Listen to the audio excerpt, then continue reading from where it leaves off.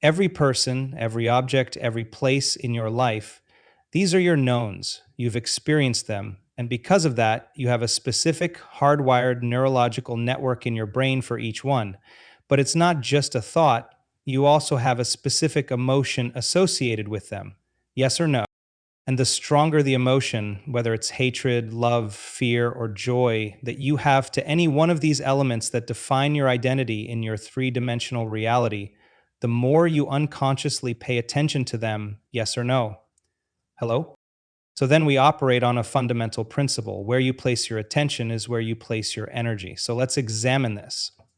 If you are using your enemy to reaffirm your conditioning to the state of hatred, then you are giving your power away. You are directing your creative energy in the form of the energetic frequency of hatred to that enemy. And through this process, you become quantumly entangled, bound by an invisible field of energy that keeps you connected to that person in your life. Yes or no? Yes. And if you're using your boss to reaffirm your conditioning to the state of judgment, then you are similarly bound by an invisible field of energy that's keeping you connected to that person. Yes or no? It's because you're giving them your attention and your energy. Yes or no? And if you're using your ex to reaffirm some conditioning to the emotion of resentment, then you're giving your power away to your ex, power that you could and should be using to create a new future. In other words, let's get specific. How much of your creative energy is tied up in resentment that you could be using to design a new destiny? Are you with me still? And then, of course, you have those ethnic parents, and you just need a little guilt to reaffirm your conditioning to your parents, yes or no. And then your best friend, the one that just gets you. You know that one because they've experienced the same suffering in their life. Then you are bound by an invisible field of energy that keeps you connected to them. But this bond is based on shared suffering. Yes or no? And the more you suffer, the more you pay attention to them. And now your energy is commingled, it's entangled with everything known in your life. And if you use your finances to reaffirm your conditioning to lack, or your Facebook feed to insecurity because nobody liked you that day, then all of your energy is bound. Why? Because emotions are energy in motion. And so the stronger the emotion you feel, the more you pay attention to these things in your life, the more your energy is commingled or quantumly entangled with all these elements. Yes or no? All right, let's use a simple analogy. Here's an atom. This atom goes on quantummax.com, finds another atom, and says, hey, listen, I really like your energy. And the other one says, I really like your particles. Let's get together. And so they get together and they start bonding, they start exchanging information, and they're bound by an invisible field of energy, a chemical bond that's holding them together. You can't see it, but it's holding them together. They're bonded. Yes or no? Yeah. All right, so then here's somebody in your life, it doesn't have to be you, that just loves to suffer and feel guilt. They think and feel that way, and they have their best friend who also suffers and feels a lot of guilt. And because they share the same experiences in their life, they share the same emotions. And if they share the same emotions, they share the same energy signature, and they can exchange information because they understand each other, and they're bound by an invisible field of energy that keeps them connected to that person. Yes or no? So then, what does it take to separate these two atoms? Energy. Yes or no? But it would have to be an energy that's greater than the energy that's holding them together. Yes or no? So then, in order for you to break free from the chains, the quantum entanglements that keep you energetically bound to everyone and everything in your life, you're going to have to execute to generate a greater level of coherent energy within you than the energy of guilt that's holding it together. Yes or no? A greater energy than the energy of pain. Yes or no?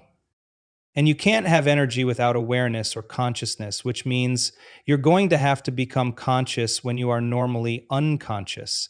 And that's going to take an enormous amount of energy and intention. Yes or no?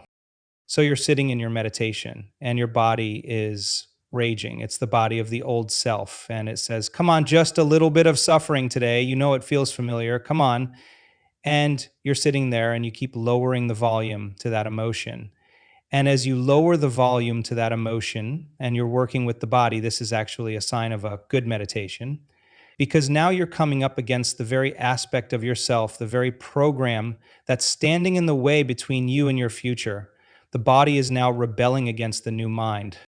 And you keep lowering the volume to that emotion. And if you keep doing it over and over again and keep settling the body back down into the present moment, as you start overcoming that emotion, you're going to start taking your attention off your enemy, off that person in your life that you've been using to reaffirm that state. Yes or no? And if you can stay with it long enough and keep lowering the volume to that emotion, you'll no longer be putting your attention on that person and you'll begin to break those energetic bonds. And now you will call energy back to you. And all of a sudden, all the energy that you've been using for hatred is now coming back into your field. All the energy that you've been using for judgment is all of a sudden freed. And now you are taking your power back from that person or that condition.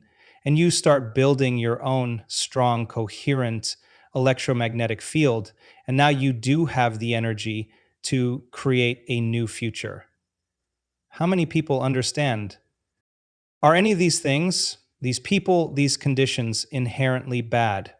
No. I have all of these things in my life, but if you can't get beyond them, they own you. You are possessed by your possessions. If you can't get beyond them, then they are controlling your feelings and your thoughts, and your life will stay the same. Yes or no. And people come up to me and they say, Dr. Joe, I lost my job. I'm filing for bankruptcy. The hard drive on my computer crashed. Somebody stole my phone. Someone disliked me on Facebook. My enemy died. My ex is talking to me. And I always say to them, look how much creative energy you now have available to design a new destiny. And you know, for the soul who's eternal, sometimes the universe has to shake all of this up to wake us up. Yes or no? It has to get to that point where you can't hold on to any of these old things, where you have all this liberated energy and you have to create order out of that disorder. And that, my friends, is what we call brain and heart coherence. Are you with me still? So then, as all of this creative energy starts coming back to you, as you take your attention off all these people and conditions in your life, it makes sense then that there's no longer a vibrational match between you and any of those elements. And as a side effect of that, some of those things are going to fall away. They're just going to move out. They're going to fall apart. Don't try to fix them. Let them go. You understand. I have had friends in this work, vice presidents of universities that said, hey, I'd love to come to your event. They come and 2 weeks later, they get fired from their post and they're the most beloved person in the whole university. And they say, am I doing this wrong? And I say, did you really like your job? Well, I did, but it was getting kind of routine. And I say, keep going. Don't take it personally. Keep creating.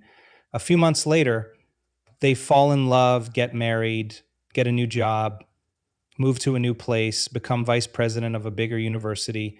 Now the university that fired him is asking him to be the president. He asked me to write the recommendation. I mean, he's in a whole new life, you understand? And he just let go of what was no longer consistent with his energy. He was vibrating at a different energy. Does that make sense?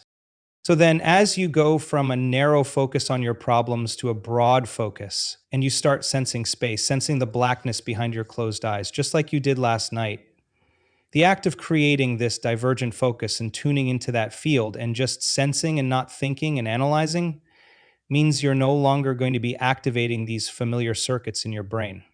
Yes or no? Hello? And if you're no longer activating those circuits in the neocortex, our research shows that the neocortex, literally the lights go out and energy moves right down into the limbic brain, right into the autonomic nervous system. And the autonomic nervous system's job is to create order. And the moment you forget about yourself and you become nobody, no one, no thing, nowhere, no time, that is the moment you've taken all of your attention off of everything known in this three-dimensional reality. Yes or no? And now, if you take your attention off the known and off the three-dimensional reality, you're no longer your identity that's associated with your three-dimensional world. Yes or no? And the memory bank of the known self The autobiographical reflection of your outer environment as you slow your brainwaves down causes you to no longer invest your attention and energy in this three-dimensional reality in the known, and you start investing your attention and energy into the unknown. Are you with me still? And where you place your attention is where you place your energy. And now all of a sudden, the autonomic nervous system starts to lock into a greater frequency. And its job is to create order. And the moment you forget about yourself, the autonomic nervous system says, "She's gone. Now I can get to work and create coherence." And that is where true change begins.